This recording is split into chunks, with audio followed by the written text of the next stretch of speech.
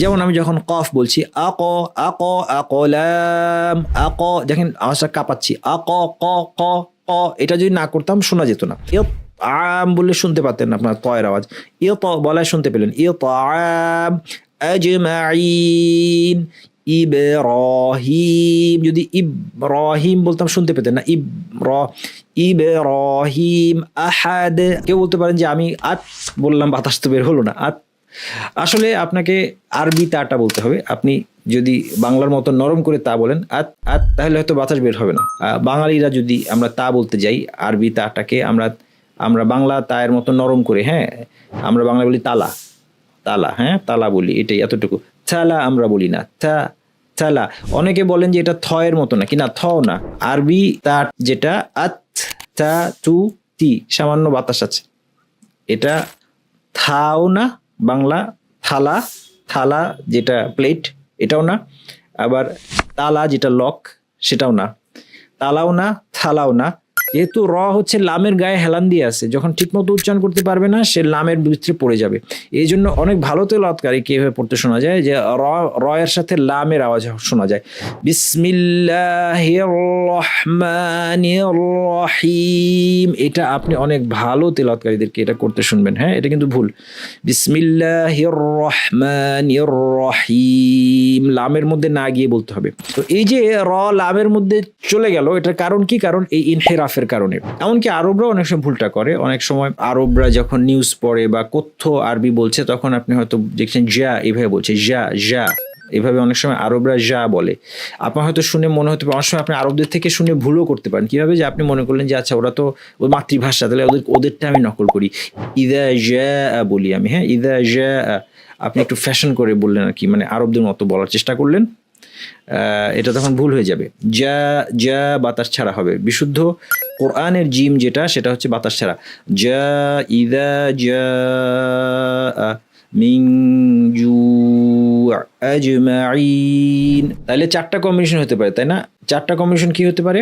আওয়াজ জারি, বাতাস জারি, এরকম অনেক পাওয়া যাবে। যেমন সা, যেমন খ, যেমন হা, এগুলো সব আওয়াজ জারি বাতাস জারি। 2 নম্বর হচ্ছে আওয়াজ বন্ধ বাতাস জারি, যেমন তা আত, এটা আমরা পেলাম। এরপর হচ্ছে আওয়াজ জারি বাতাস বন্ধ, যেমন আল আল, এটাও আমরা পেলাম।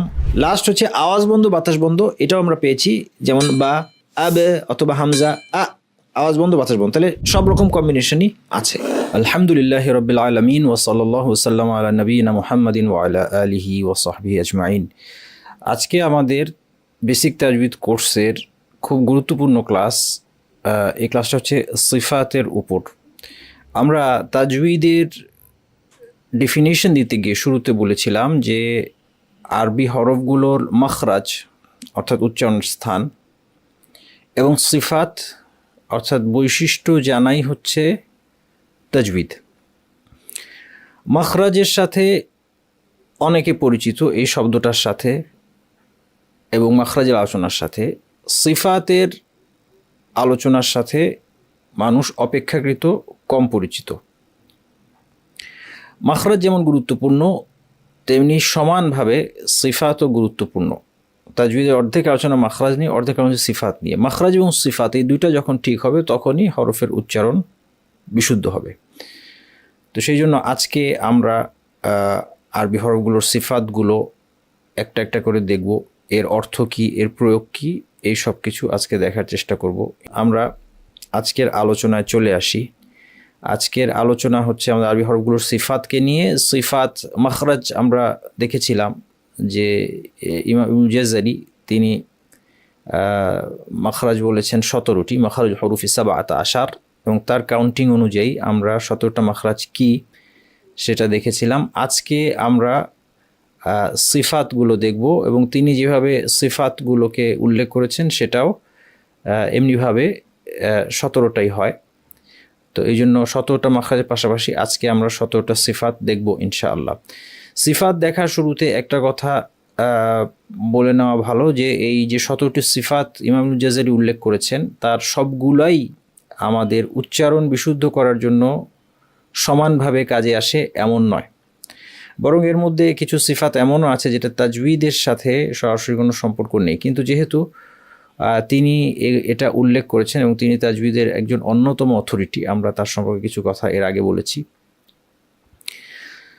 তো সেক্ষেত্রে আমরাও এই সিফাতগুলো উল্লেখ করব এবং এর মধ্যে ঠিক কোনটা কোনটা আমাদেরকে খুব বেশি গুরুত্ব দিয়ে ঠিক করতে হবে আর কোনটা কোনটা আমাদের তাজবিদের ছাত্র হিসেবে জানার জন্য প্র্যাকটিক্যাল ইউজটা কম, সেই সবগুলো জিনিসই আমরা দেখব ইনশাআল্লাহ।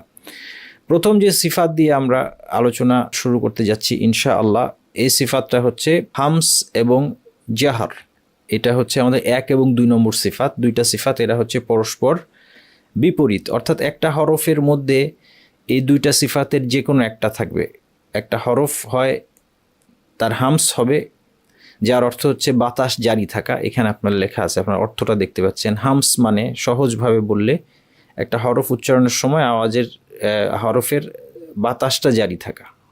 কোনো হরফ উচ্চারণের সময় হরফের বাতাস জারি থাকা, এর বৈশিষ্ট্যকে হামস বলা হয়।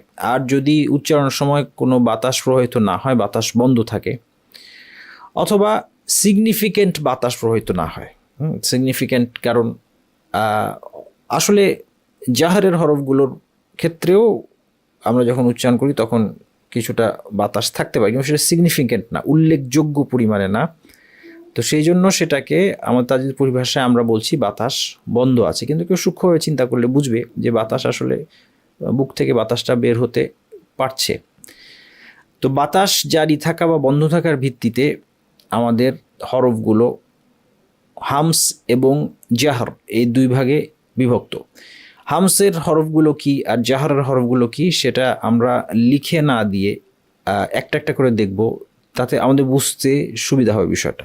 চলুন আমরা দেখি যে হামসের হরফ কি আর জাহরের হরফ কি, অর্থাৎ কোন হরফগুলোতে বাতাস জারি থাকবে আর কোন হরফগুলোতে বাতাস বন্ধ থাকবে। এখানে আমাদের মোটামুটি আলফাবেটটাকে আমরা নিয়ে এসেছি, মাদ্দের হরফগুলোকে আমরা বাদ দিয়েছি।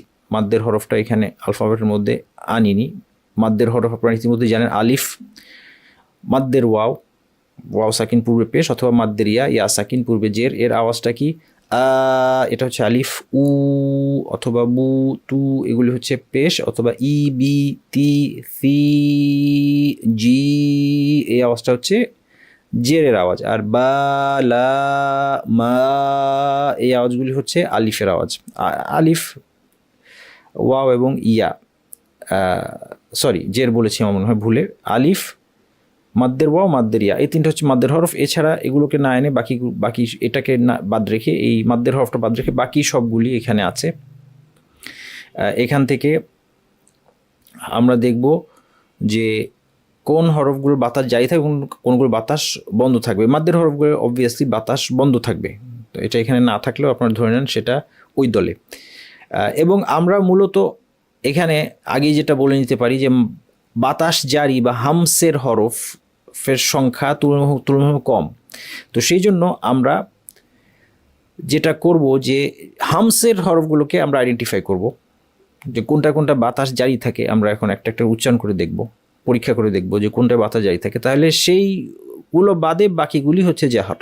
এটা আমরা তাহলে আমাদের কাউন্ট করতে সহজ হবে। তাহলে চলুন একটা একটা করে দেখি। প্রথম যেটা হামজা, হামজার উচ্চারণটা কি আ, আ আওয়াজটা বন্ধ হয়ে গেল এবং কোনো বাতাসও নাই। আ। বা যদি আমরা উচ্চারণ করি আব, আব, আমরা যদি খেয়াল করে দেখবো এখানে কোনো বাতাস প্রবাহিত হচ্ছে না। আব, বাতে একটু কলকলা হচ্ছে। কলকলা আপনারা অনেকে পরিচিত, ওই জন্য শব্দটা বললাম, নতুবা আমাদের আজকে আলোচনায় পরবর্তীতে এটা আসবে। আচ্ছা, তাতে যদি আমরা আসি, তায়ের উচ্চারণ আরবিতে সঠিক উচ্চারণটা কীরকম? তায়ের উচ্চারণটা হচ্ছে আত, আত। আপনারা তায়ের শেষে গিয়ে একটা বাতাসের আওয়াজ শুনতে পেলেন, তার মানে তা উচ্চারণে বাতাস বের হবে। তাহলে আমাদের প্রথম যেই হরফটা এখানে আমরা কালার করে দিলাম, যেটাতে আমরা বাতাস পাচ্ছি সেটা হচ্ছে তা। অবশ্যই আরবি তা। কেউ বলতে পারেন যে আমি আত বললাম, বাতাস তো বের হলো না। আত, আসলে আপনাকে আরবি তাটা বলতে হবে। আপনি যদি বাংলার মতো নরম করে তা বলেন আত, আত, তাহলে হয়তো বাতাস বের হবে না।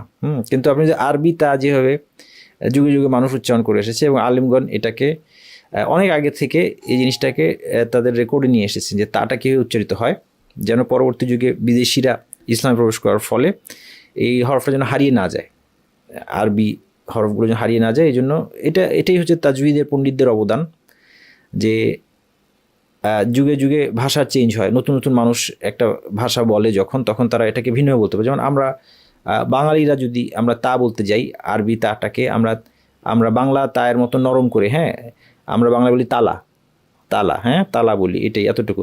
থালা আমরা বলি না, থালা। অনেকে বলেন যে এটা থয়ের মতো না, কি না, থও না।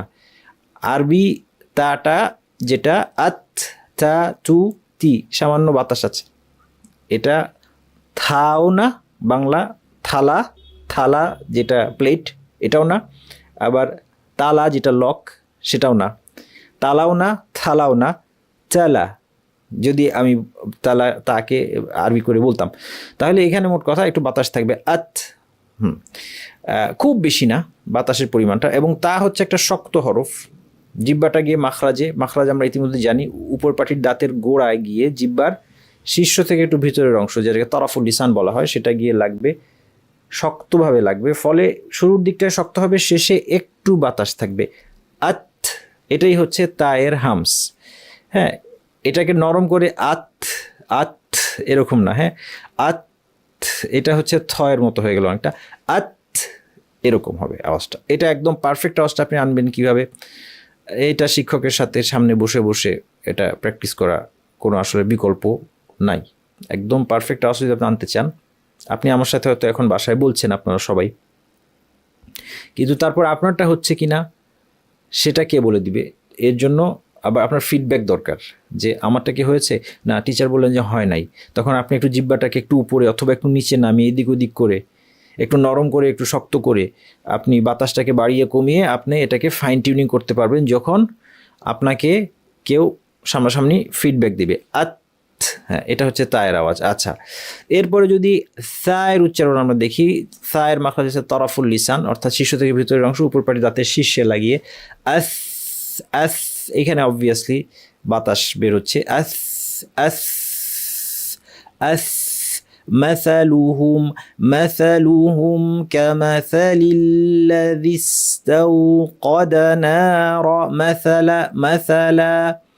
এই হচ্ছে সায়ের উচ্চারণ, এখানে বাতাস বের হবে, আস, এখানে আমরা বাতাস পেলাম। জিমে অবশ্যই বাতাস বন্ধ রাখতে হবে, আজে আজে। অনেকে এখানেও বলতে পারেন কেউ যে আমার তো জিমে বাতাস বের হয়ে যায়, যা যা যা বাতাস চলে গেল, এটা আপনার ভুল। আরবি জিমে, এমনকি আরবরাও অনেক সময় ভুলটা করে, অনেক সময় আর আরবরা যখন নিউজ পড়ে বা কথ্য আরবি বলছে, তখন আপনি হয়তো দেখছেন যা এভাবে বলছে, যা যা এভাবে অনেক সময় আরবরা যা বলে।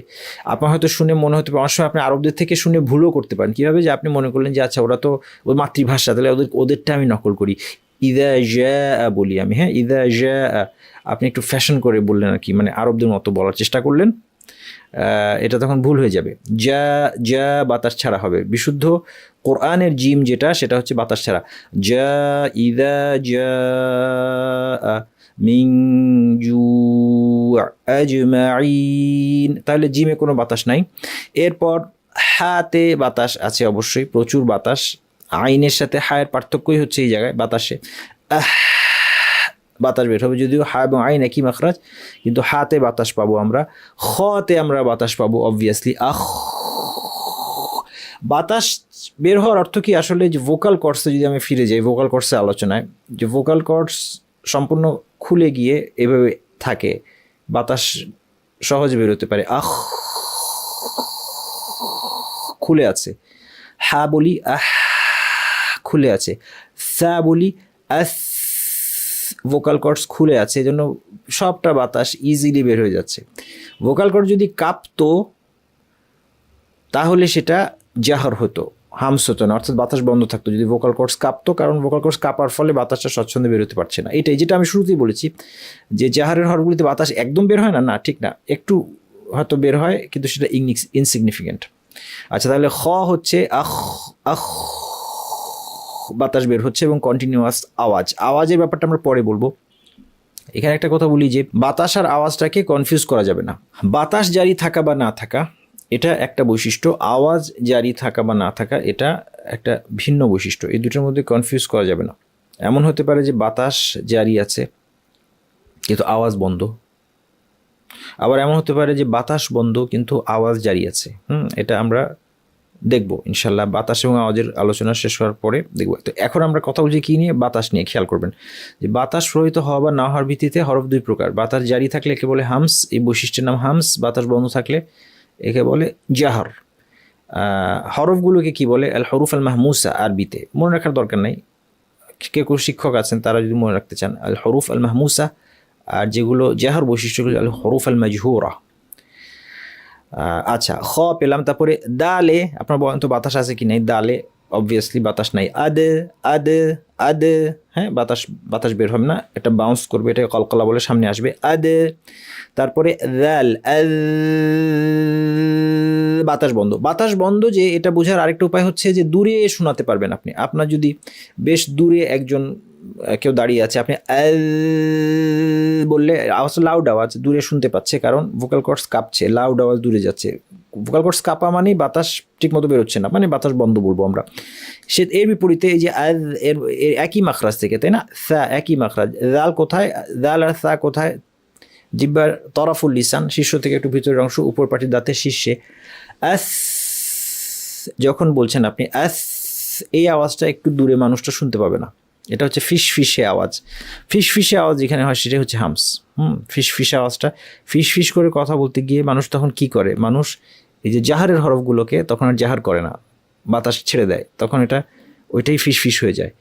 হ্যাঁ, আমি যদি কথাটা এখন আমি একটা বাক্য বলছি, ধরেন আমি একটা বাক্য বলছি, এখন আমি কি করলাম? ফিসফিস করে কথা বললাম, যে অর্থাৎ যেমন এখানে বাক্য বা দূরে শোনা যাওয়ার কথা ছিল, আমি কি করলাম? ভোকাল কর্ডস খুলে দিলাম, দূরে শোনা যাবে না, আমি একটা বাক্য বলছি। এটা তখন প্রপার বাটা থাকলো না, প্রপার বটা থাকলো না। এটাই হচ্ছে হামস আর জাহারের মধ্যে পার্থক্য। ফিসফিস করে আপনি যেটা বলেন এটা হচ্ছে হামস। তাহলে আমরা যখন চুপে চুপে তেলাওয়াত করি আসলে, তখন আমরা হরফগুলো বৈশিষ্ট্যগুলো প্রপারলি মেনটেন করি না, এবং সেটা ডেফিনেটলি ভিন্ন একটা বিষয়, সেটা জায়েজ, সেটা না জায়েজ এমন না। কিন্তু আপনি যখন প্রপারলি তেলাওয়াত করবেন উচ্চ স্বরে, তখন আপনাকে এই জাহারের বৈশিষ্ট্যটা মেনটেন করতে হবে। হ্যাঁ, আপনি এটা তাহলে জাহার, এই হরফটা দাল, অর্থাৎ দূরে শোনা যাচ্ছে, তার মানে বাতাস বেরোচ্ছে না।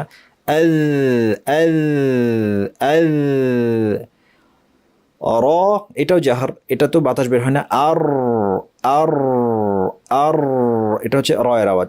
হ্যাঁ, জা, এটাও বাতাস বের হয় না। আজ আজ আজ, যদি বের হয়ে যায় বাতাস ভুলে যাবে। কেউ যদি আস বলেন, আস, এটা সিন হয়ে যাবে। হ্যাঁ, এর পরেরটা জা এবং সিন একই মাখরাজ, জিহ্বার শীর্ষ নিচে পাটির দাঁতের গোড়ায় লাগিয়ে আজ।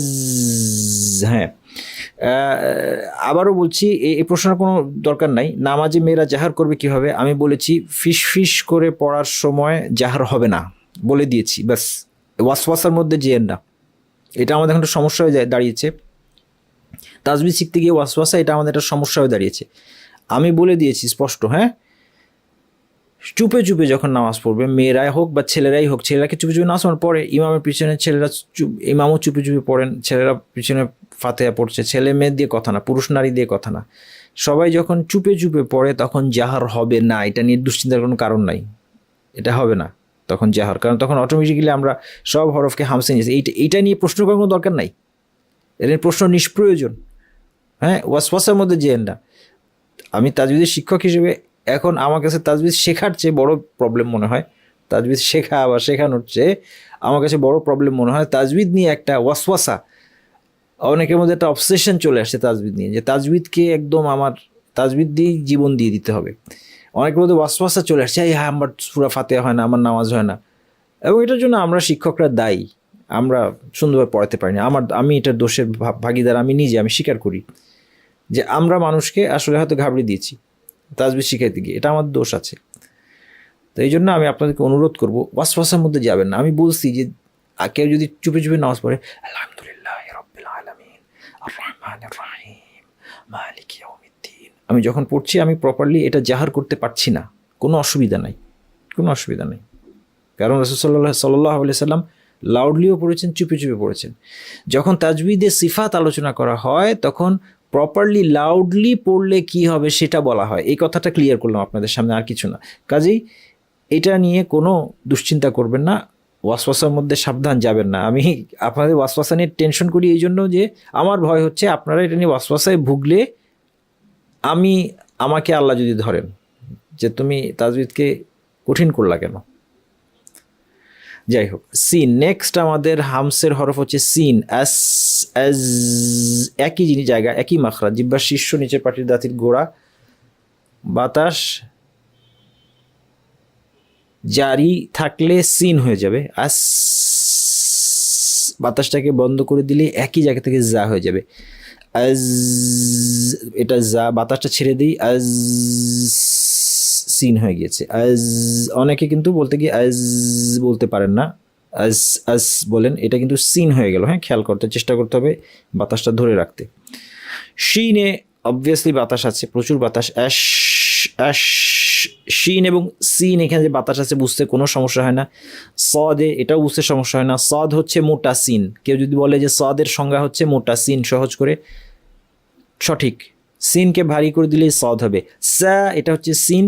স, এটা হচ্ছে সদ। এস, এটা হচ্ছে সিন। আস, এটা হচ্ছে সদ। তাহলে বাতাস আছে। বদে বাতাস নাই অবশ্যই। এরপর ততে বাতাস নাই। আত, আত। ওয়াতে বাতাস নাই। ওয়া হচ্ছে বেসিক্যালি মোটা দাল, মনে রাখবেন। দালকে ভারী করে দিলে ওয়া হয়ে যায়।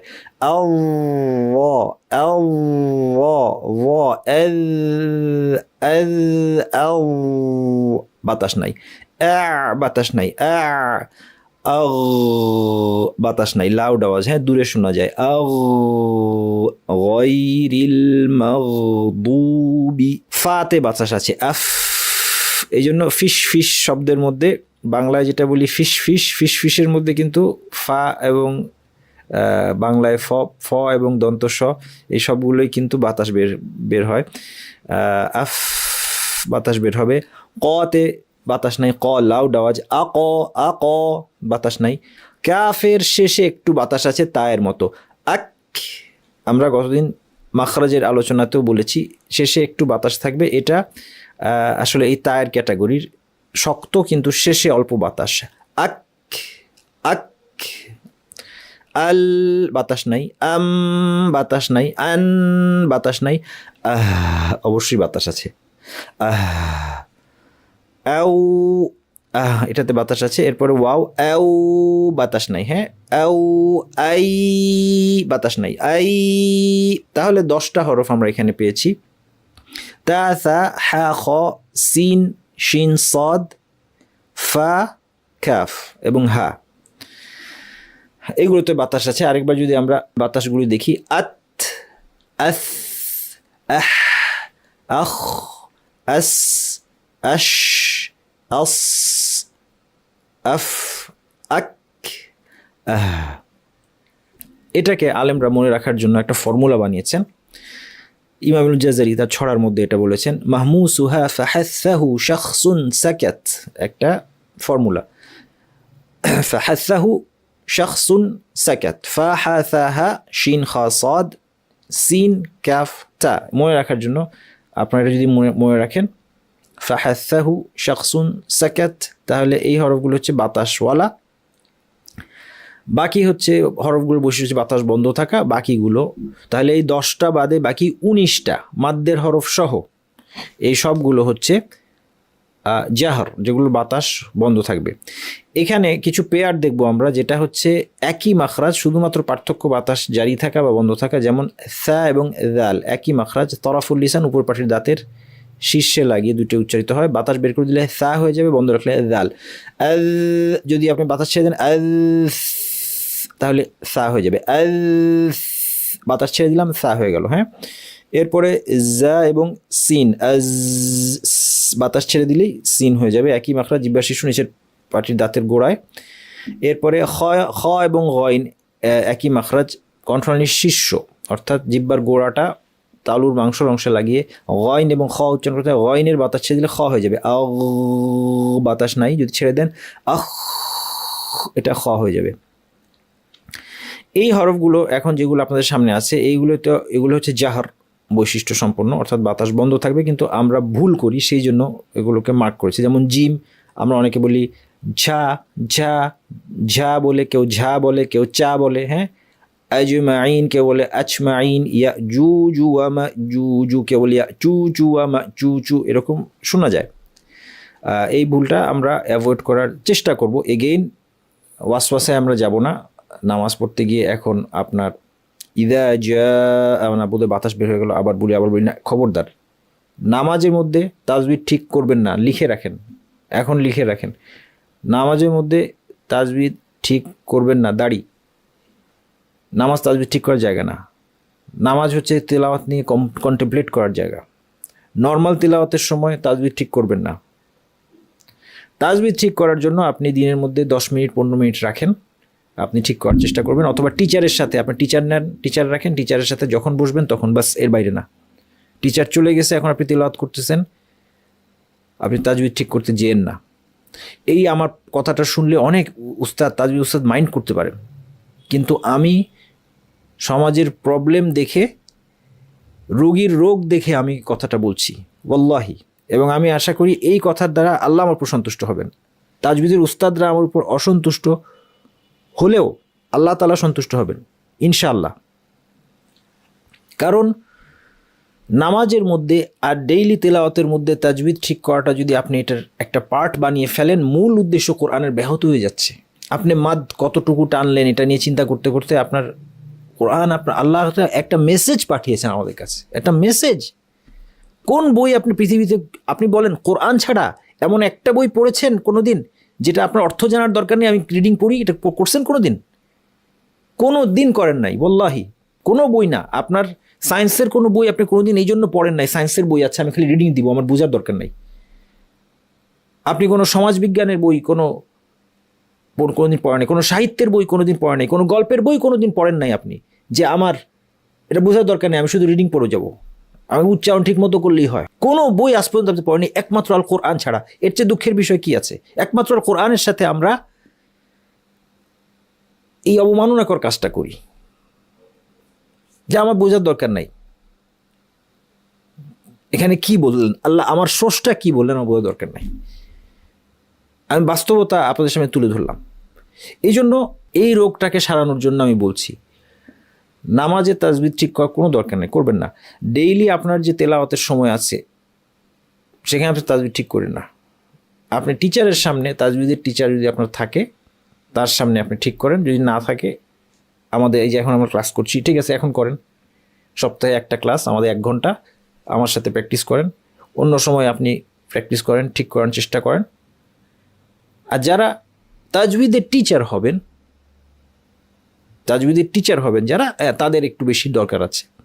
কিন্তু কোরআনের অর্থ জানা, কোরআন আমল বাস্তবায়ন করা, কোরআন অর্থ নিয়ে চিন্তা করা, তাফসির পড়াকে স্যাক্রিফাইস করে না।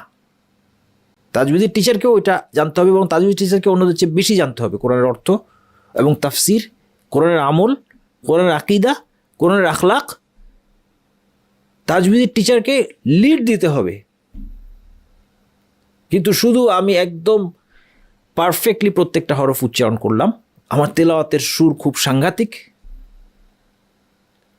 কিন্তু আমি নিজে কোরআন কিছু বুঝি না, কোরআন অর্থ মানুষকে শিখাইতেও পারি না, এবং আমার আমলের মধ্যে এর বাস্তবায়ন নাই। আল্লাহ কোরআনে কি বললেন এই আকীদা আমার মধ্যে নাই। এই অবস্থা হলে আমি আরও দ্বিগুণ শাস্তির যোগ্য শিক্ষক হিসেবে। তো সেই জন্য যেটা বলছিলাম, কিছু মনে করবেন না, অনেক হয়তো আবেগ নিয়ে বেশি কথা বলছি। এটা আমাদের ক্রাইসিস এখন মুসলিম উম্মার। অনেকে এটাকে গর্ব হিসেবে দেখেন যে মুসলিম উম্মা এখন তাজবিদ কি সাংঘাতিক, তেলাওয়াত কিন্তু কত সাংঘাতিক তেলাওয়াত করে এখন মানুষ, অসাধারণ তেলাওয়াত করে, মিসমারাইজিং তেলাওয়াত করে, হ্যাঁ, মনোমুগ্ধকর তেলাওয়াত করে। আমি বলবো অ্যাজ তাজবিদের টিচার, এবং আমি দীর্ঘ সময় ব্যয় করেছি তাজবিদের পিছনে, এবং এটা আমার favourite subject. As a teacher আমি এখন বলছি যে এটা আমাদের গর্বের কিছু না। এই তাজবিদ আর তেলাওয়াত সুন্দর নিয়ে আমরা যে গর্বটা এখন করছি, এটা আমাদেরকে কোরআনের মূল উদ্দেশ্য থেকে সরিয়ে দিচ্ছে। এটা কাউকে না কাউকে কিওর করতে হবে, এবং ইনশাল্লাহ আমি এটা আমার সাধ্যমতো কিওর করার চেষ্টা করবো আল্লাহ সন্তুষ্টির জন্য। যদি এটা আল্লাহর কাছে সন্তোষজনক না হয়, আল্লাহ আমাকে বুঝদান করুক।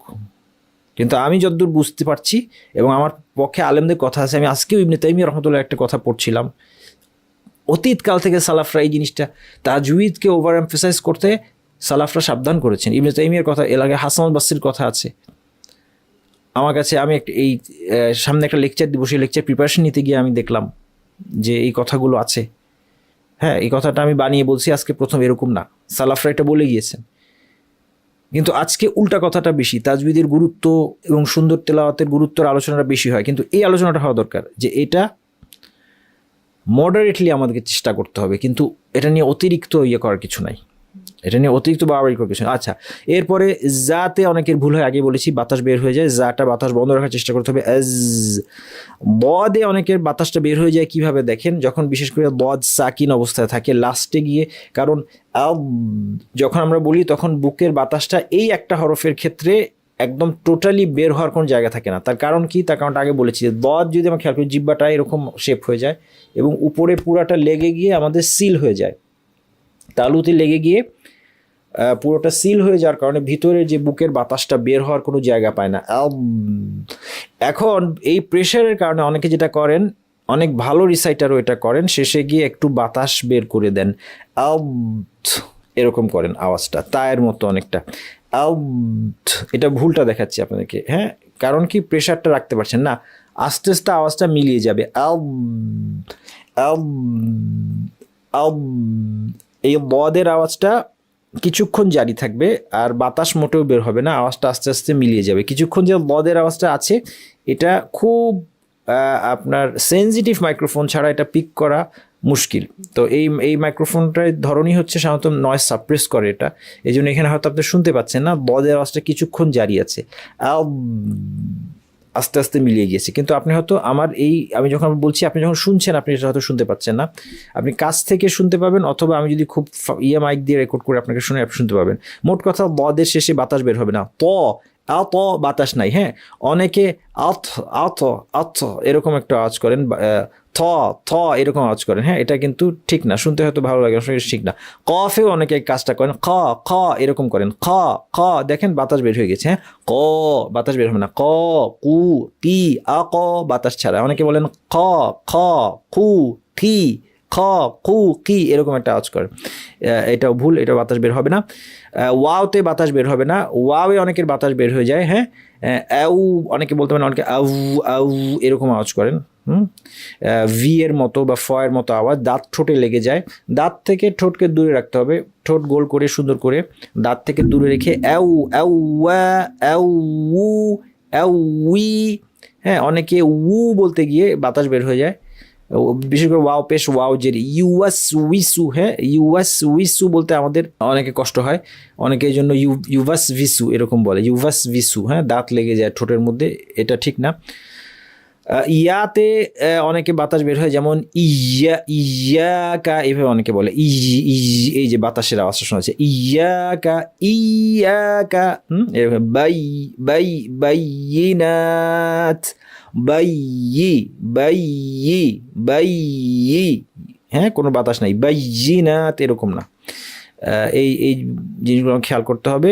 এবার আমরা 3 এবং 4 নম্বর সিফাত আমরা দেখব এবং এরপরে আপনাদের কুইজ হবে, সুতরাং ভালো করে বুঝতে হবে। সিদ্ধা এবং রখাওয়া হচ্ছে, সিদ্ধা মানে আওয়াজ বন্ধ থাকবে। এতক্ষণ বাতাস জারি থাকা বা না থাকা নিয়ে কথা বললাম, খেয়াল করেন। এখন আওয়াজ জারি থাকা বা না থাকা নিয়ে কথা বলবো। দুইটা কিন্তু এক না। আওয়াজ বন্ধ থাকে যে হরফগুলো, সেগুলো হচ্ছে সিদ্ধা। আওয়াজ স্বচ্ছন্দে জারি থাকে যে হরফগুলো, সেটার বৈশিষ্ট্যের নামটা, এই স্বচ্ছন্দে জারি থাকাকে বলা হয় রখাওয়া। আর এই দুইয়ের মাঝখানে অবস্থাটাকে বলা হয় তাওয়াসসুত। এই দুইয়ের মাঝখানে অবস্থা হচ্ছে আওয়াজ আংশিক জারি। আচ্ছা, তো 3টা সিফাত না লিখে 3 এবং 4 কেন লিখলাম? এটাকে আমরা 3, 4, 5 কেন বললাম না? মানে 3টা সিফাত আলাদা বললাম না, কারণ এটা দুইটার মাঝামাঝি। আর ওই কাউন্টিংয়ের সুবিধার্থে আমরা 17 মিলাইতে চাচ্ছি। আসলে মাখরাজ 17, তো সিফাতও 17টা আমরা মিলাইতে চাচ্ছি। এটা একটা আপনার পারিভাষিক ব্যাপার যে আমরা তাজবিদের সিফাতও 17 বলবো। এখন 17 বলতে গেলে আসলে এটাকে কাউন্ট করলে 18 হয়ে যাবে, আপনারা দেখবেন লাস্টে যে এটা ছাড়াই 17। তো সেই জন্য আমরা বললাম কি, যে আমরা যেহেতু 17 বানাবো একটু জোরে জারি, এই জন্য বললাম যে এই বৈশিষ্ট্য যেহেতু এই দুইয়ের মাঝখানে, এটাকে আমরা আলাদা করে কাউন্ট করবো না, কিন্তু জিনিসটা আমাদের জানতে হচ্ছে। আচ্ছা, চলেন তাহলে এবার দেখি আওয়াজ বন্ধ, আংশিক জারি আর স্বচ্ছন্দে জারির ব্যাপারটা কি, একটা একটা করে হরফ দেবো। প্রথম যেটা, এবার আমরা সবগুলো কালার করব ইনশাল্লাহ একটা একটা করে। তো প্রথম যেটা আমরা বন্ধ সেটাকে আমরা একটু একটু লাল টাইপের রং দিব, যেটা আওয়াজ জারি সেটাকে আমরা গ্রিন টাইপের রং দিব, আর যেটা মাঝে মাঝে ইয়েলো টাইপের রং। প্রথম হচ্ছে হামজা, হামজার আওয়াজ বন্ধ, সব আওয়াজ বন্ধ হয়ে যায়। হ্যাঁ, তা কুলুন তু মিনুন, হ্যাঁ যখন হামজা আসে তখন আওয়াজটা সম্পূর্ণ বন্ধ হয়ে যায়, তাহলে এটাকে আমরা লাল রং দিলাম যে আওয়াজটা বন্ধ। বাতে কি হয়, আবে আবে আবে, আওয়াজ বন্ধ। আওয়াজ বন্ধ মানে আওয়াজটাকে টানা যায় না। হ্যাঁ, যেমন আমি জালের আওয়াজ বা টানতে পারি, তাই না, আমি টানতে পারি। শিনের আওয়াজ আমি টানতে পারছি, কিন্তু বাকে আপনি টানতে পারবেন না, লম্বা করতে হবে না আওয়াজটা। আবে এখানে আপনি থেমে যেতে হবে। আপনি যদি কলকলা না করেন তাহলে শোনাই যাবে না, আব আব আওয়াজ শোনা যাবে না, এই জন্য কলকলা করা হয় আবে, তাহলে বোঝা গেল যে বা বলা হয়েছে। তাহলে বাতে আওয়াজ বন্ধ থাকবে। তাতে আত, এখানেও আওয়াজ কন্টিনিউ করে না, আত আওয়াজ বন্ধ হয়ে যায়, তাকে স্পষ্ট করার জন্য শেষে বাতাস বের করে দেওয়া হয়, হামস, তাহলে এটাও কিন্তু আওয়াজ বন্ধ। তাহলে এখন দেখেন এই যে তা, এই তা কিন্তু আওয়াজ বন্ধ কিন্তু বাতাস জারি, খেয়াল করেছেন, আত আওয়াজ বন্ধ, আত বলার সাথে সাথে আওয়াজটাকে আর আমি কি করতে পারছি না, স্ট্রেচ করতে পারছি না, তাহলে আওয়াজ বন্ধ, কিন্তু বাতাস থাকবে শেষে, আত। তাহলে এটা একটা এক্সাম্পল পেলাম যেখানে আওয়াজ বন্ধ কিন্তু বাতাস চালু আছে। হামজা এবং বা এই দুইটাই হচ্ছে বাতাসও বন্ধ ছিল, আওয়াজও বন্ধ, কিন্তু তাতে কিন্তু বাতাস জারি কিন্তু আওয়াজ বন্ধ। এরপরে সা অবশ্যই আওয়াজ জারি, আস আমি আওয়াজটা করতে পারছি, আসা আসা স্ট্রেচ করতে পারছি। হ্যাঁ, তাহলে এটা হলো আমাদের আওয়াজ জারি। এখন আওয়াজের কথা বলছি, বাতাস জারি তো আগেই ছিল, এখন আওয়াজের কথা বলছি। হ্যাঁ, আস আসা সা আসা, দেখেন আমরা এটা কন্টিনিউ করতে পারছি। হ্যাঁ, মিসকালা আমরা আওয়াজটাকে কন্টিনিউ করতে পারছি। জিম, জিমের আওয়াজ বন্ধ হয়ে যাবে, আজ যদি আমি কলকলা না করতাম শোনা যেত না, আজ শোনা যেত না, কলকলা করে একটু বাউন্স করে শোনাচ্ছি, আজ।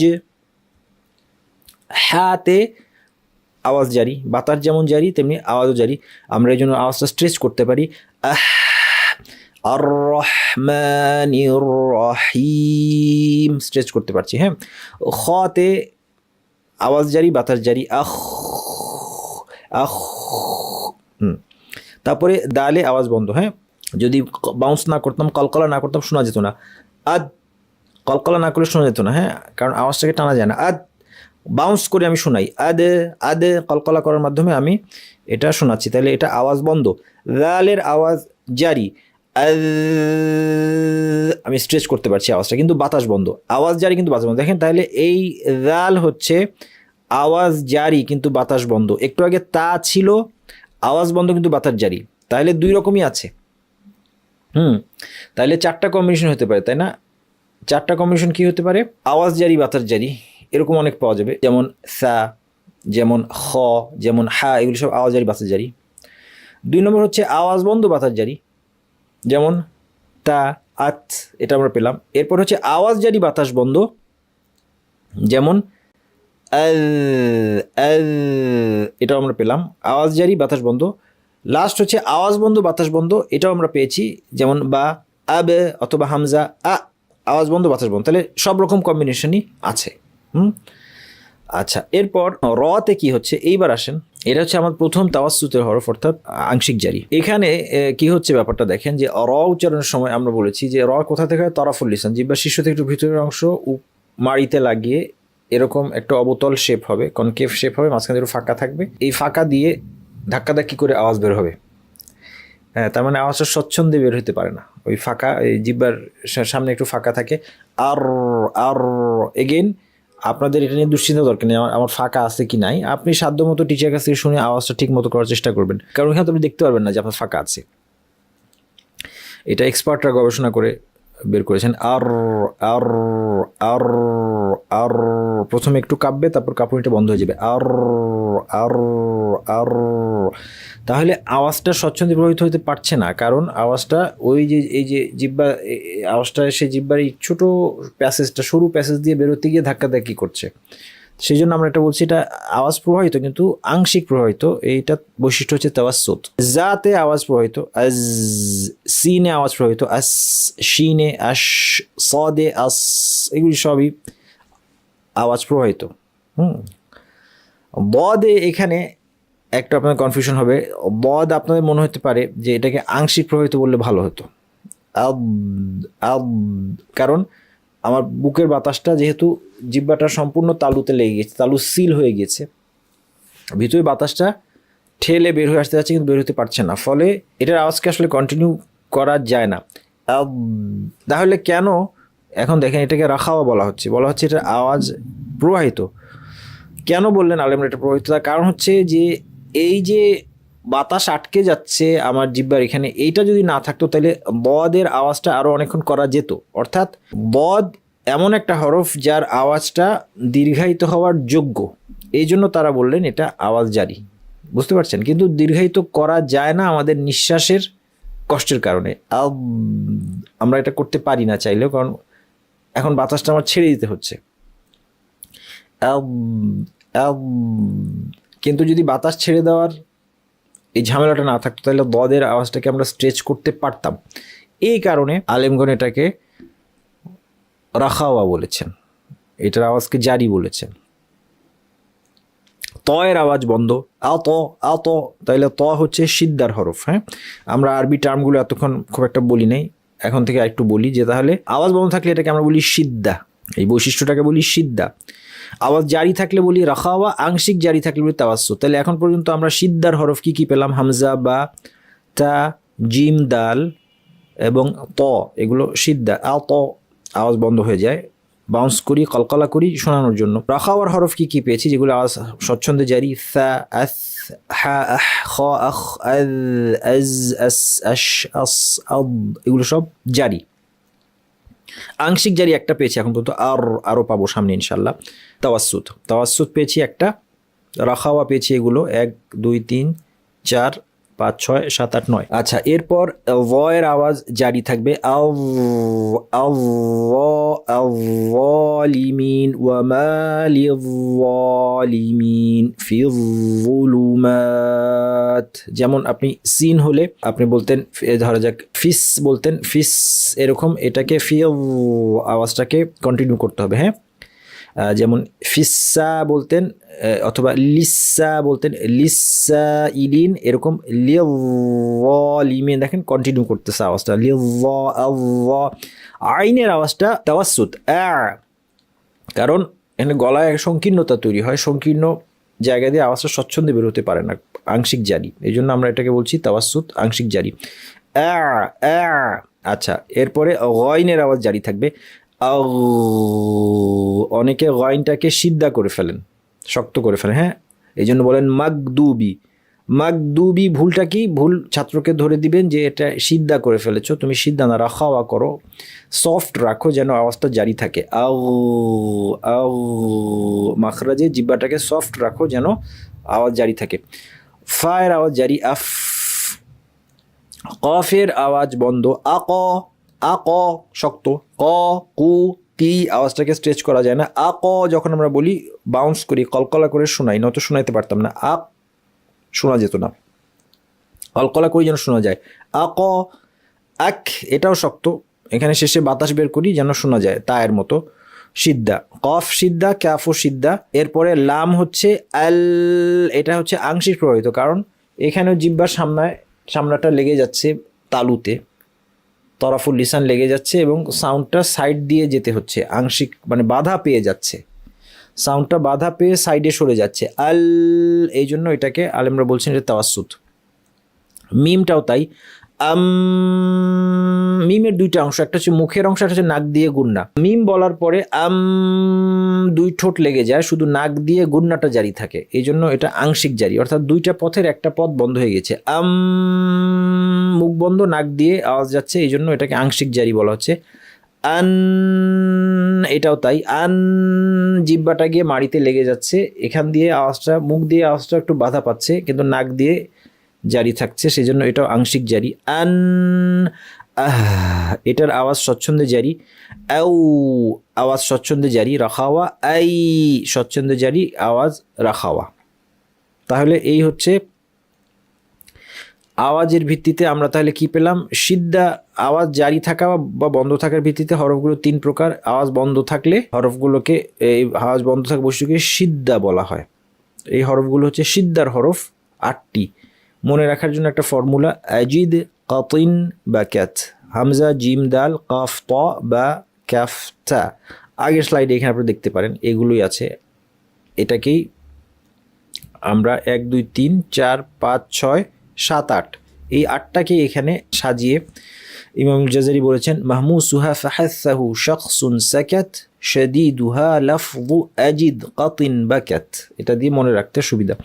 আজিদ, কাতিন, বাকাত, হামজা, জিম, দাল, কাফ, তা বা কাফ, তা এগুলো হচ্ছে আওয়াজ বন্ধ। তাওয়াসসুতের হরফ আমরা এখানে 5টা পেয়েছিলাম, র, আইন, লাম, মিম, নুন। এটাকে একটু সাজিয়ে লিন উমার বানানো হয়েছে। লিন উমার, লাম, নুন, আইন, মিম, র, এই 5টা হচ্ছে আওয়াজটা আংশিক জারি। লামের আওয়াজটা জিব্বাটা তালুতে লেগে যায়, সেখানে বাধা পেয়ে ডানে বামে সরে প্রবাহিত হয়। নুনের আওয়াজটা আমরা বলেছি যে জিব্বা লেগে যায়, ফলে মুখ দিয়ে আংশিক প্রবাহিত হতে পারে কিন্তু নাক দিয়ে খোলা থাকে। আইনের ক্ষেত্রে গলায় যে সংকীর্ণতা তৈরি হয়, সেই সংকীর্ণ প্যাসেজ দিয়ে আওয়াজটা স্বচ্ছন্দে প্রবাহিত হয় না। এই জন্য আইন কিন্তু আপনার ধরে রাখতে কষ্ট হবে, আপনি যদি কন্টিনিউ করতে কষ্ট হবে গলায়।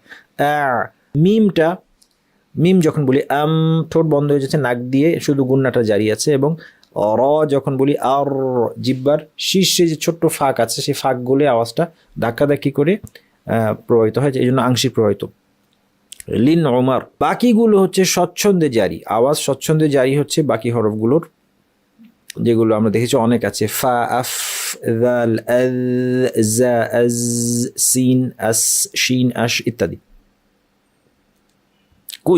কুইজের নিয়ম, তাহলে আমাদের আর এরপর মাদ্দের হরফগুলো রাখা হওয়া, কারণ আওয়াজ জারি থাকে। তাহলে সিদ্ধার হরফ 8টা, তাওয়াসুতের হরফ 5টা, 8 5 13, আর বাকি রাখাওয়ার হরফ হচ্ছে 16টা। একজন দৃষ্টি আকর্ষণ করেছেন শামীম ভাই, জাযাকুমুল্লাহু খাইরান। হ্যাঁ, রাখাওয়ার হরফ 16টা। আবার বলি, সিদ্ধার হরফ 8টা, আজিদ, কাতিন, বাকাত। তাওয়াসুতের হরফ 5টি, লিন, ওমার, 8 5 13, আর বাকি থাকলো 16টা। এই 16টা হচ্ছে রাখাওয়ার হরফ, যার আওয়াজ স্বচ্ছন্দে জারি। আমাদের নেক্সট যেটা আলোচনার বিষয় সেটা হচ্ছে ইস্তেলা এবং ইস্তিফাল। 5 এবং 6 নম্বর সিফাত, এটাও পরস্পর বিপরীত। একটা হরফ হয় ইস্তেলার হরফ হবে, নয়তো ইস্তিফাল হবে। ইস্তেলা মানে আওয়াজ ঊর্ধ্বগামী হওয়া, ইস্তিফাল মানে আওয়াজ নিম্নমুখী হওয়া। আওয়াজ ঊর্ধ্বগামী হওয়ার ফলাফল কি, আওয়াজটা ভারী হবে, তাফখিম এটাকে আরবিতে বলে। আর আওয়াজ নিম্নমুখী হওয়ার ফলাফল হচ্ছে এটা তারকিক বা পাতলা হবে।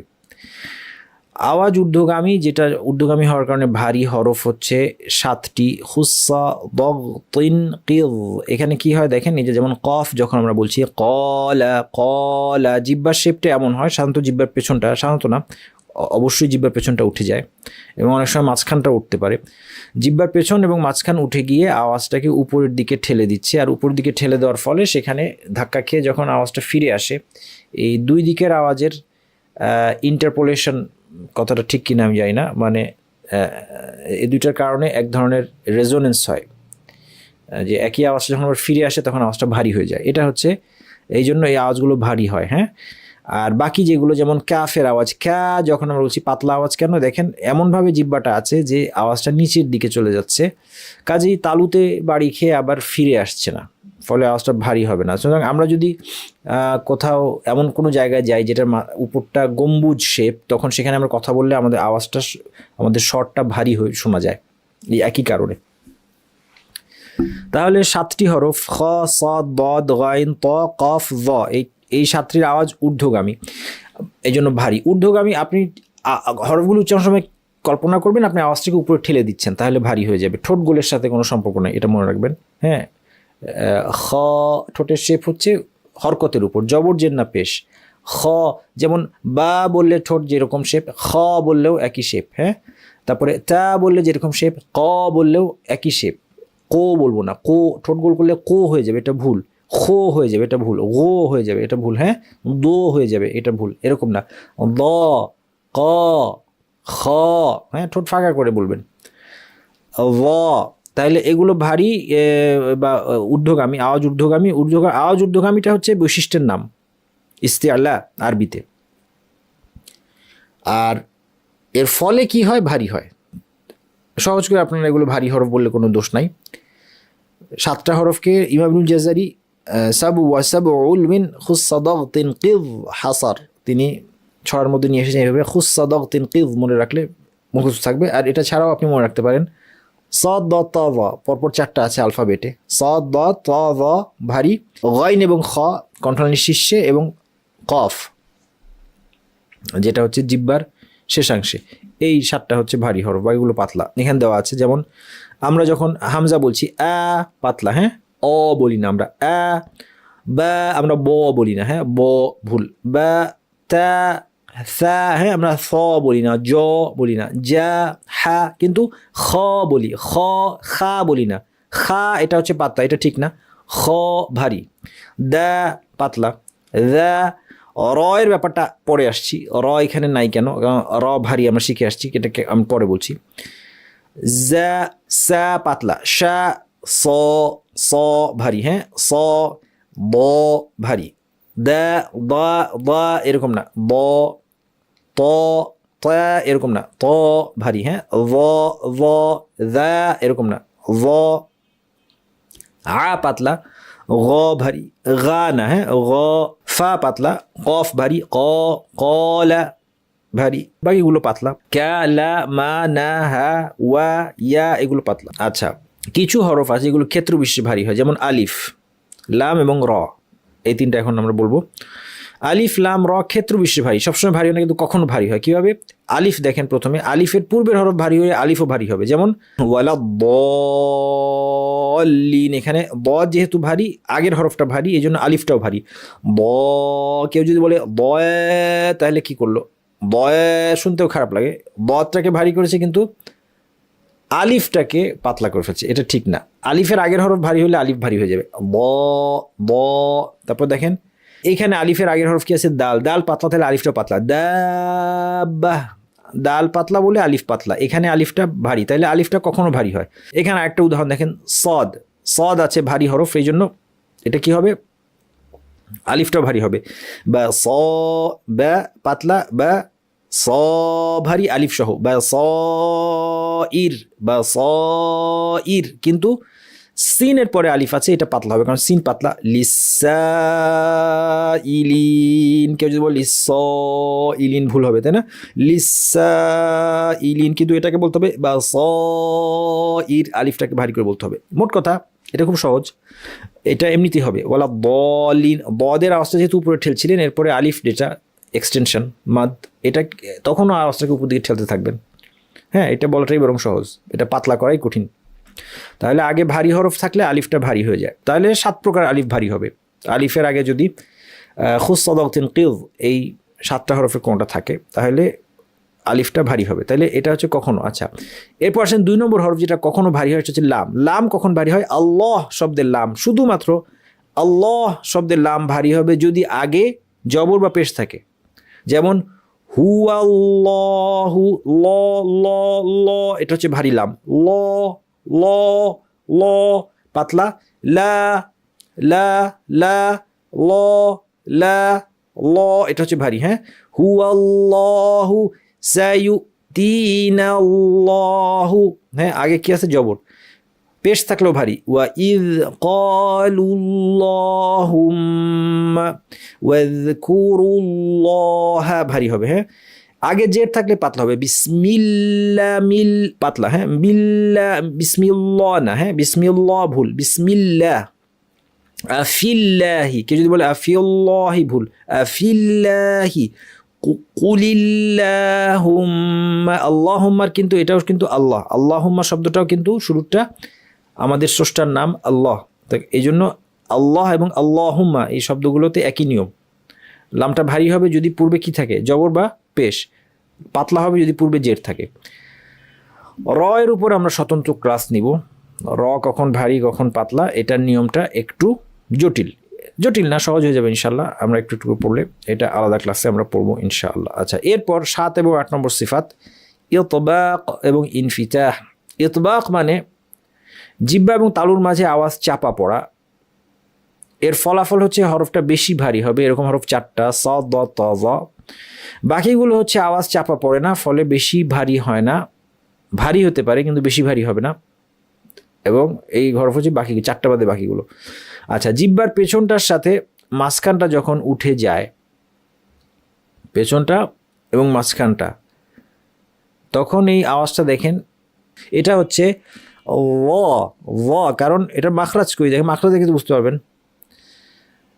জিহ্বার শীর্ষ থেকে একটু ভেতর, তরাফুল লিসান উপর পাটির দাঁতের শীর্ষ, এখানে 3টা আছে, ল, দাল আর সা। আর দাল আর সা তো পাতলা, সুতরাং সেটা হওয়ার কোনো সম্ভাবনাই নাই, কাজেই একটাই সম্ভব থাকে, এটা হচ্ছে ল বলার সময় যেটা হয়, আওয়াজটা তো ঊর্ধ্বগামী অবশ্যই, হুসাদিন কিভ ইস্তেলার হরফের মধ্যে ল আছে, ভারী, সেই সাথে জিহ্বার মাঝখানটাও উঠে যায়, ফলে আওয়াজটা একদম চাপা পড়ে যায় এই তালু আর জিহ্বার মাঝখানে। এটাই হচ্ছে ইতবাকের অর্থ। জিহ্বা তালুর মাঝখানে আওয়াজটা চাপা পড়লে ফলাফল হচ্ছে খুব বেশি ভারী হয়। ল অনেক বেশি ভারী, হ্যাঁ, সদ, স বেশি ভারী, বদ, ব, ত বেশি ভারী।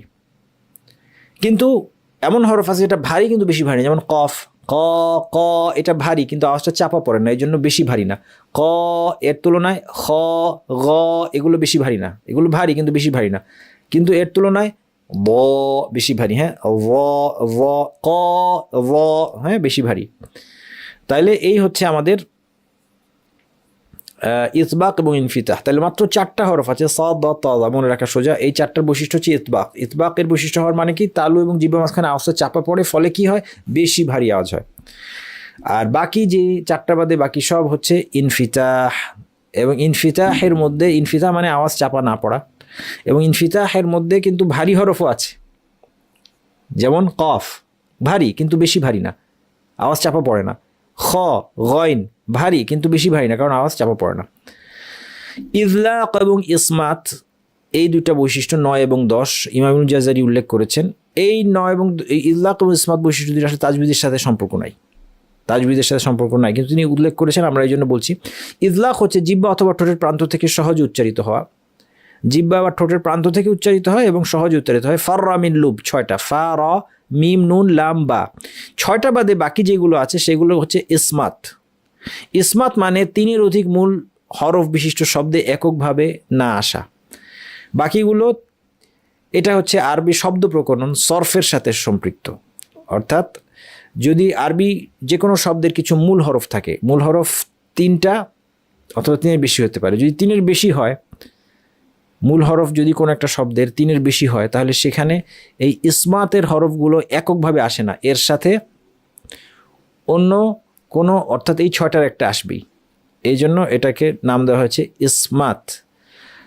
ইসমাত শব্দের মূলে আছে হচ্ছে নিষেধ হওয়া, অর্থাৎ এই হরফগুলো একসাথে 3-এর অধিক মূল হরফ বিশিষ্ট শব্দে এককভাবে আসা নিষেধ, এই জন্য এটার নাম দেওয়া হয়েছে ইসমাত। এই 2টা সিফাত নিয়ে আমরা আর বেশি কথা বলবো না। কেন বলবো না? কারণ তাজবিদের সাথে এর সম্পর্ক নাই। তাহলে আপনি কেন এটা আলোচনা করলেন আমাকে প্রশ্ন করতে পারেন। কারণ হচ্ছে যে আমরা যে কোনো ডিসিপ্লিনে, যে কোনো সাবজেক্টে যখন আলোচনা করতে যাই, আমরা সেই ডিসিপ্লিনের স্কলাররা আগে কি বলে আসছে সেগুলো মেনশন করে সেটার বেসিসে আমরা কথা বলি। তো সেই জন্যই এটা বলা, যেহেতু ইমাম ইবনুল জাযারি তিনি অথরিটি এই সাবজেক্টের, তিনি এই 2টা সিফাত উল্লেখ করেছেন, কিন্তু পরবর্তী যুগে এখনকার আলেমরা তারা এক্সপ্লেন করেছেন যে আসলে এই 2টা সিফাতের সাথে তাজবিদের সম্পর্ক নাই। তো এই জন্য এটা আমরা বেশি আলোচনার মধ্যে যাব না। এইবার আমরা এখন 10টা সিফাত শেষ করলাম না, 10টা হচ্ছে পরস্পর বিপরীত সিফাত ছিল, প্রত্যেকটার একটা অপোজিট সিফাত আছে। অথবা আমরা বলতে পারি যে আলফাবেটের অক্ষরগুলো মধ্যে 2টা একসাথে থাকতে পারে না, হয় এটা থাকবে নয়তো এটা থাকবে। এখন আমরা যেগুলো দেখবো এগুলো একক বৈশিষ্ট্য, হ্যাঁ, এগুলো সিঙ্গেল বৈশিষ্ট্য, একক বৈশিষ্ট্য। যেমন 11 নম্বর বৈশিষ্ট্য সিফাত সফির, হচ্ছে আওয়াজের তীক্ষ্ণতা। এই আওয়াজের তীক্ষ্ণতা পাওয়া যায় সাদ, সিন এবং জা, এই 3টা হরফে। ওইটা মনে রাখা সোজা, কারণ এই 3টা হরফে একই মাখরাজ। এই মাখরাজটা অর্থাৎ জিহ্বার শীর্ষটা যখন আমরা নিচের পাটির দাঁতের গোড়ায় লাগাই, তখন এখানে যে একটা, এই যে এইভাবে দেখেন একদম জিহ্বার শীর্ষটা নিচের পাটির দাঁতের গোড়ায় লেগেছে, এখানে খুব যে একটা সরু একটা চ্যানেল তৈরি হয়েছে, এই সরু চ্যানেল দিয়ে আওয়াজটা বের হতে গিয়ে বাতাসটা বের হয়, এবং এই সরু চ্যানেল দিয়ে আওয়াজটা বের হয়। বাতাস সবসময় যায়, বাতাস নাই। এই সরু চ্যানেল দিয়ে আওয়াজটা বের হওয়ার সময় খুব একটা শার্প আওয়াজ আমরা পাই, এই কারণে, এই সরু প্যাসেজটার কারণে। হ্যাঁ, আস একটা বাড়তি একটা শার্পনেস আছে, একটা তীক্ষ্ণতা আছে। আস আজ, প্রাচীন তাজবিদের বইপত্রে অনেক সময় একে বিভিন্ন পাখির আওয়াজ হিসেবে উল্লেখ করা হয়েছে। হ্যাঁ, বাংলায় লেখে শীষের আওয়াজ, শীষ, আমি জানি না এটা যুক্তি কি, এটা শীষের আওয়াজ কোন খাদ্য হলো এটা আমার কাছে ক্লিয়ার না। বরং শীষের আওয়াজ যদি যেটাকে হুইসেল যেটাকে বলে, হুইসেলের মতো আওয়াজ হলে ওটা ভুল হবে, এটা ঠিক হবে না। তো কেন শীষের আওয়াজ বলে বাংলায় জানি না, আরবিতে এটাকে যেটা তীক্ষ্ণ আওয়াজ এটাই ঠিক আছে। আর অনেক সময় পাখির আওয়াজের তুলনা করা হচ্ছে। এখন মুশকিল হচ্ছে যে পাখিগুলোর কথা বলা হয়েছে তাজবিদের বইতে, সেই পাখিগুলো আমরা চিনি না হয়তো, তো বা সেই পাখিটা কীভাবে এই আওয়াজটা করে সেটা আমাদের জানা নাই। তো সেই জন্য আমরা পাখির আওয়াজের সাথে কোনো তুলনা করার দরকার নেই। হ্যাঁ, যে আওয়াজটা আমাদের অপরিচিত, এমন একটা পাখি নাম বললো যেটা আমাদের অপরিচিত, তাহলে সেটার সাথে আমরা তুলনা করার দরকার নেই। বরং আমরা তীক্ষ্ণ আওয়াজ এটা বুঝলেই হবে, অ্যাজ একটা শার্প আওয়াজ হবে, ভোতা না, শার্প। অ্যাস, এই জন্য অনেকে সিন বলতে গিয়ে জিব্বা যদি উপরে লেগে যায় আওয়াজটা কি হয়ে যায়, সায়ের আওয়াজ হয়ে যায়। সায়ের আওয়াজ যে হয়ে গেছে এটা বোঝা সবচেয়ে সহজ উপায় হচ্ছে ভোতা হয়ে গেছে আওয়াজটা, ব্লান্ট আওয়াজ। অ্যাস, হ্যাঁ ব্লান্ট, ভোতা আওয়াজ। সিন যখন আপনি করবেন নিচের দাঁতে যখন জিব্বা লাগবেন, অ্যাস শার্প আওয়াজ পাবেন। তো এই যে আওয়াজের একটা তীক্ষ্ণতা, এটি হচ্ছে সফির।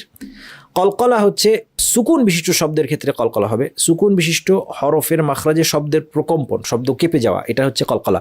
যেমন কফ, ত, বা জিম, দাল, এই পাঁচটার ক্ষেত্রে কলকলা হয়। যেমন আমি যখন কফ বলছি, আক আক আকলাম, আক, দেখেন আওয়াজটা কাঁপাচ্ছি, আক ক ক ক, এটা যদি না করতাম শোনা যেত না।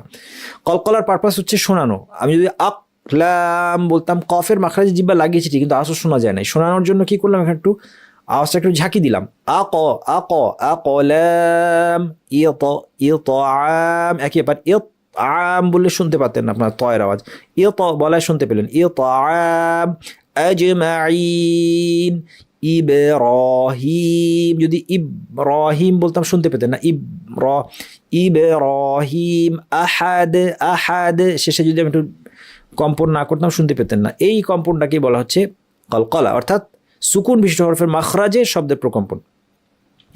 কলকলার হরফে ওয়াকফ করলে কলকলার মাত্রা বেশি হবে।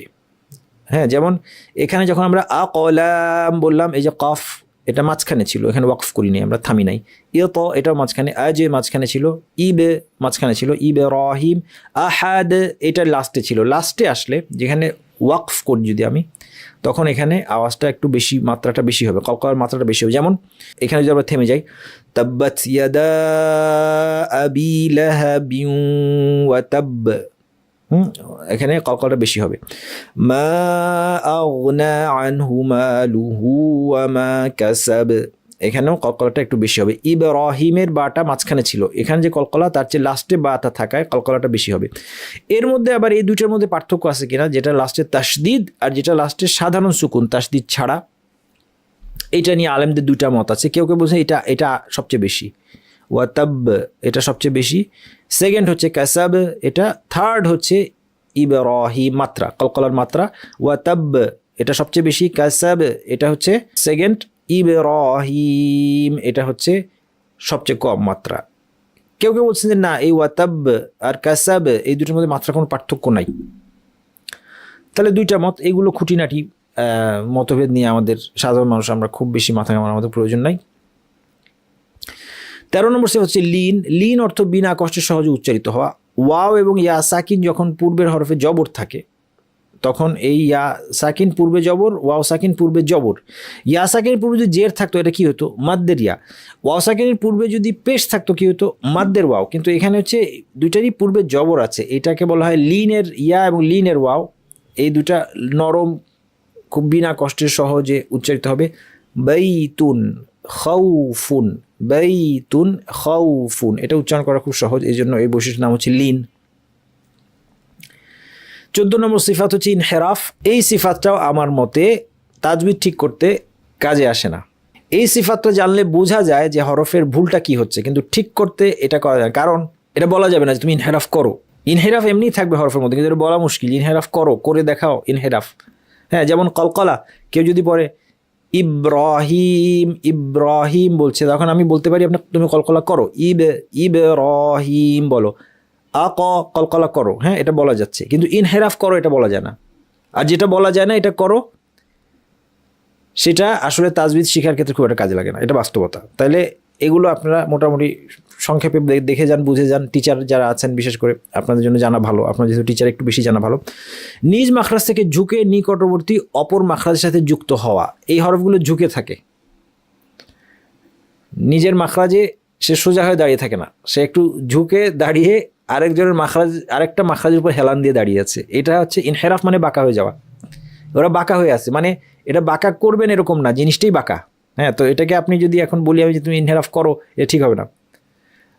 আচ্ছা, যেমন লামটা নুনের দিকে ঝুঁকে থাকে, রটা লামের দিকে ঝুঁকে থাকে। লাম এবং র ইনহেরাফ যে বৈশিষ্ট্য, এই বৈশিষ্ট্য আছে দুইজনের, একজন হচ্ছে লাম, একজন হচ্ছে র। কারণ কি, কারণ লাম নুনের দিকে ঝুঁকে থাকে, র লামের দিকে ঝুঁকে থাকে। কিভাবে দেখাই আমি একটু এক্সপ্লেন করি আপনার ব্যাপারে। দেখেন এখানে প্রথমে দেখেন বলছি লাম নুনের দিকে ঝুঁকে থাকে। কেন? যে এই যে দেখেন লামের আওয়াজটা এসে এখানে তো জিব্বাটা আমাদের এই জায়গাটা কোথায় লাগিয়েছে, আমরা তালুতে লাগিয়েছি লাম উচ্চারণের জন্য, ফলে আওয়াজটা ডানে বামে সরে যাচ্ছে। এখন দেখেন আপনি চিন্তা করেন যে সাদা অ্যারোগুলো হচ্ছে অনেকগুলো লোক দৌড়িয়ে এখান থেকে বেরোচ্ছে, অনেক বড় প্যাসেজ, তাই না? 3 লাইন লোক। এখন 3 লাইন লোক এইখানে আসার পরে যখন একদল এই দিক দিয়ে চলে যাবে, একদল ওই দিক দিয়ে, সামনাটা বন্ধ, এই দিক দিয়ে আর ওই দিক দিয়ে বের হতে গিয়ে তখন কি হবে বলেন তো? এই দুই সাইড দিয়ে বের হওয়ার কারণে মাঝখানে একটা প্রেশার তৈরি হবে না, চাপ সৃষ্টি হবে না? ফলে দেখা যাবে যে কিছু লোক ঠেলে তারা ডানে বামে, এই মাঝখানে যারা ছিল ডানে বামে যেতে পারছে না, তারা কি হচ্ছে, তারা তাদেরকে ঠেলে এই ভিতরে, তারা ভিতরের দিকে চলে আসার একটা প্রবণতা থাকবে, ভিতরের দিকে চলে। কারণ সবাই ডানে বামে বের হবে, কিন্তু এখানে এসে যেহেতু এখানে 3টা করে লাইনের লোক ছিল, এখন এখানে 2টা লাইন হয়ে গেছে, যেহেতু এখানে ধাক্কাধাক্কি করতে করতে দেখা যায় এখানে মাঝখানে একটা প্রেশার সৃষ্টি হবে। তো এদের জন্য ডানে বামে যেতে অনেক কষ্ট হবে, এদের এই জায়গায় চলে আসার একটা ঝোঁক তৈরি হবে, যেখানে আমি অ্যারো দিয়ে দেখাচ্ছি এই জায়গায়। আর এই জায়গাটা কার জায়গা বলেন তো? এই মাখরাজ নুনের মাখরাজ, এই জায়গাটা কিন্তু নুনের মাখরাজ। এই জন্যই বলা হচ্ছে লামটা নুনের দিকে ঝুঁকে থাকে। এই জন্য অনেক সময় লামটা ঠিকমতো উচ্চারণ করতে না পারলে নুনের একটা রেশ এটার মধ্যে আসে। এটা খুব সূক্ষ্ম ভুল, আমরা অনেক সময় শিক্ষকদের এই ভুলটা ধরে থাকি, কিন্তু সাধারণ মানুষকে এটা আমরা বলতে যাব না। হ্যাঁ, আল, এটা হচ্ছে লামের সঠিক উচ্চারণ, কিন্তু এটা যদি ঠিকভাবে কেউ এটা করতে না পারে, তখন ওই যে লামের একটা ইনহেরাফ আছে, নুনের দিকে হেলান দিয়ে আসছে, সে লাম ঠিকমতো উচ্চারণ না করলে সে নুনের মধ্যে পড়ে যাবে। এই হচ্ছে ঘটনা।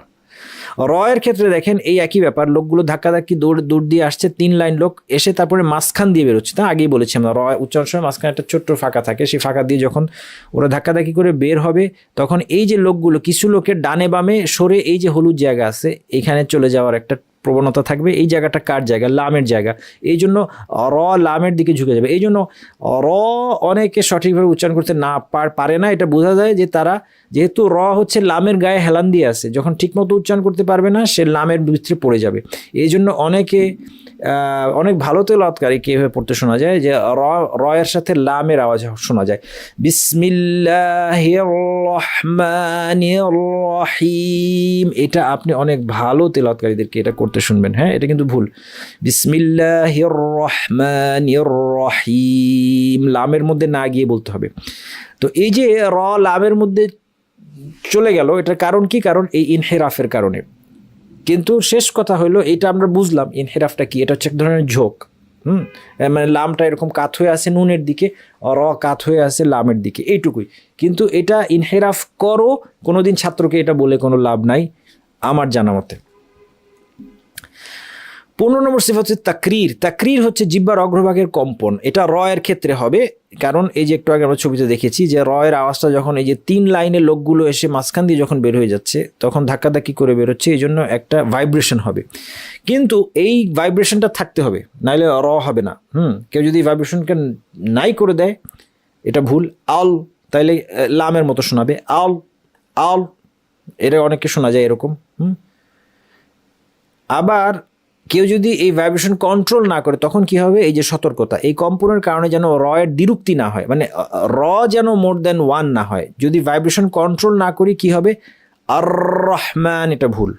আর আর এটা ভুল, চানাচুরার আওয়াজটা ভুল। আবার আর আর আর, এটাও ভুল। আর একবার কাঁপবে, তারপরে আস্তে আস্তে কম্পনটা কমিয়ে দিতে হবে, কন্ট্রোল নিয়ে আসতে হবে। আর রহমান, আশা করি আপনার কম্পনটা শুনতে পাচ্ছেন, কিন্তু আর এরকমও কিন্তু না। বিসমিল্লাহির রহমানির রহিম, এই হচ্ছে তাকরির, এটা রয়ের বৈশিষ্ট্য, মানে হচ্ছে জিহ্বার অগ্রভাগের কম্পন এটা থাকবে, কিন্তু খেয়াল রাখতে হবে যে এটা যেন অতিরিক্ত হয়ে অক্ষরটা রিপিটেড না হয়, দ্বিরুক্তি না হয়। তাফাশি হচ্ছে একটা হরফের সিফাত, হরফটার নাম হচ্ছে শিন, শিনের সিফাত বা বৈশিষ্ট্য হচ্ছে তাফাশি। এর অর্থ হচ্ছে আওয়াজ এবং বাতাস ছড়িয়ে পড়া। এখানে কি হয় দেখেন, শিন জিহ্বা মাঝখান থেকে, এটা আমরা ইতিমধ্যে জানি মাখরাজ, জিহ্বার মাঝখানের জায়গাটা খুব সরু, এই সরু জায়গায় দিয়ে বাতাসটা যাওয়ার সময় এই জায়গায় একটা প্রেশার তৈরি হয় বাতাসের উপর, এবং তারপরে সে একটা মাঝখান থেকে শুরু করে এই প্রেশারটা যখন রিলিজ হয় তখন এই যে দাঁত পর্যন্ত যে এরিয়াটা, পুরো এরিয়ায় আওয়াজটা এবং বাতাসটা ছড়িয়ে পড়ার একটা সুযোগ পায়। একটা সাইক্লোনের মতো আপনি চিন্তা করতে পারেন। আওয়াজটা যেন মুখের ভিতরে একটা সাইক্লোন থেকে আসছে। এই যে মুখের ভিতরে আওয়াজ এবং বাতাসটা ছড়িয়ে পড়লো, এটা হচ্ছে তাফাশি। তাফাশি শুনে বুঝতে হয় যে শিনে তাফাশি হচ্ছে কি হচ্ছে না, এটা টিচার থেকে ছাত্রে, এটা মানে ছাত্র টিচার কাছে শুনে শুনে বুঝছে হ্যাঁ এটা হচ্ছে তাফাশি, এটা তাফাশি হচ্ছে হচ্ছে না, এটা একটু ক্রিটিক্যাল। মোট কথা জিহ্বার মাঝখানটা ঠিকভাবে ইউজ করলে তাফাশি হবে। অনেক সময় জিহ্বার মাঝখানটা ইউজ না হলে অনেকে জিহ্বার সামনাটা যখন ইউজ করেন তখন শিনের এই তাফাশিটা সুন্দর হয় না, ফলে সিনের সাথে একটা মিক্সচার পাওয়া যায়, একটা মিশ্রণ। এই আওয়াজটা শুনে বোঝা যায় আশ আশ, এরকম আওয়াজ আশ আশ আশ। এটা কি আপনি বুঝতে পারছেন যে বাতাস এবং আওয়াজের সার্কুলেশন ঠিক মতো হচ্ছে না মুখের ভিতরে।